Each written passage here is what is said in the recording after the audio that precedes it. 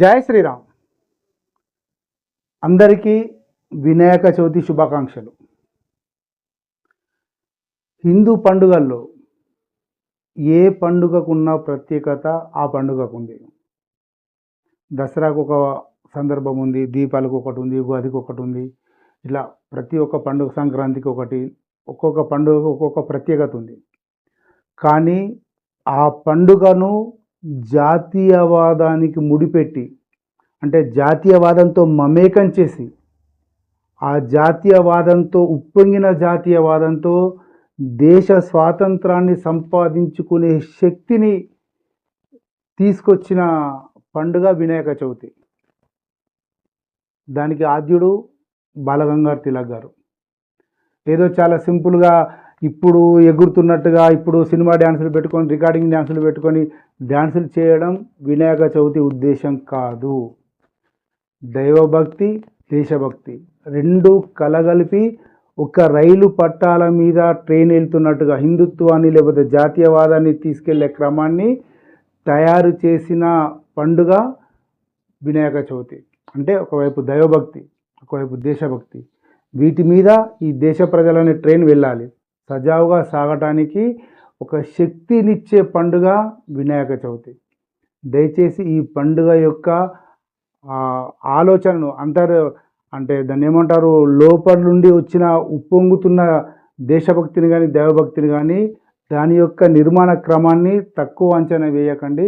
ఎవరు కూడా చాలా మటుకు చూస్తున్నదే సినిమా పాటలు పెట్టుకొని రికార్డింగ్ డ్యాన్సులు చేసి తాగుతూ ఊగుతూ పనులు చేయడం, పండుగలు చేయడం. చందాలు వచ్చినాయి కదా, ఆ చందా డబ్బులతో ఏదో చేద్దాం, పండుగ దేవుని పంపించేశాక ఇంకా దావతులు చేసుకుందాం.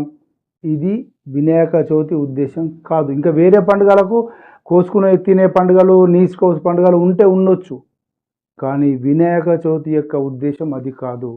ప్రజలందరినీ మమేకం ఒక చోటుకి తీసుకొచ్చి, ఒక చోట ఒక దేవుని పేరున ఒక 10 మందిని, 100 మందిని, 1000 మందిని జమ చేసి ఏకీకృతం చేసి వారందరికీ దేశభక్తిని, జాతీయతావాదాన్ని నేర్పడమే వినాయక చవితి యొక్క ఈ నవరాత్రుల యొక్క ముఖ్య ఉద్దేశం. దీనికి అంకురార్పణ, దీనికి మొదటగా బీజం వేసిన బాలగంగాధర్ తిలక్ పుణేలో ఇప్పటికీ అప్రతిహతంగా సాగుతూనే ఉంది. మనం పుణేకి వెళ్ళి చూస్తే అక్కడ ఈ వాదనలన్నీ చాలా గొప్పగా అనిపిస్తాయి, చాలా అద్భుతంగా ఉంటుంది. అంటే నేను చూశాను కాబట్టి చెప్తున్నాను. దాదాపుగా నేను చూసి కూడా చాలా సంవత్సరాలు అయింది. అయినా కూడా ఒక అద్భుతమైన వాతావరణం, ఒక దైవభక్తి, దేశభక్తితో నిండిన అద్భుత వాతావరణం అక్కడ కనిపిస్తుంది. ముఖ్యంగా ఇప్పుడు కేసరి పత్రిక దగ్గర పత్రిక ఆవరణలో పెట్టే గణపతికి ఇంకా చాలా ప్రత్యేకత ఉంటుంది. ఏదైనా దైవభక్తిని, దేశభక్తిని కలిపి సాగుతున్న ఈ వినాయక చవితి యొక్క అంతర్ధానాన్ని దయచేసి అందరూ అర్థం చేసుకోవాలి. ఇంకొక విషయం కూడా గమనించాలి. ఇక్కడ ఏం చేస్తారంటే చాలామంది గణపతి బొప్ప, మోరియా, తుల్చా మల్చా, నౌకరియా అంటారు. వాస్తవానికి ఇది పదం కాదు.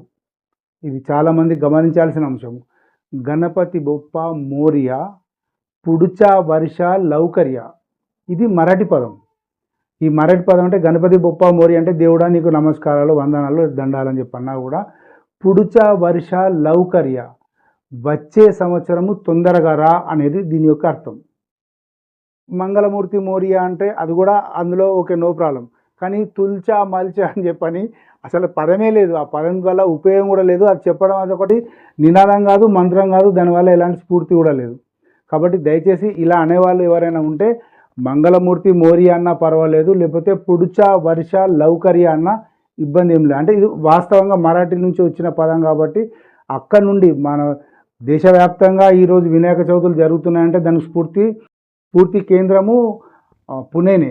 ఆ పుణేలో బాలగంగాధర్ తిలక్ కేసరి యొక్క కార్యాలయమే, కేసరి పేపర్ కార్యాలయమే. సో ఈ విషయాన్ని దయచేసి గమనించండి. ప్రజలందరూ కూడా భక్తిగా దేశభక్తిగా, భక్తితో దేశభక్తితో జాతీయ నిర్మాణాన్ని, ఈ దేశ నిర్మాణాన్ని ఎలా చేయాలని ఆలోచిస్తారని చెప్పని మనస్ఫూర్తిగా తెలంగాణ సామ్నా కోరుకుంటుంది. ప్రజలందరూ ఆ రకంగా ఆలోచించాలని ప్రాధేయపడుతుంది. జై శ్రీరామ్.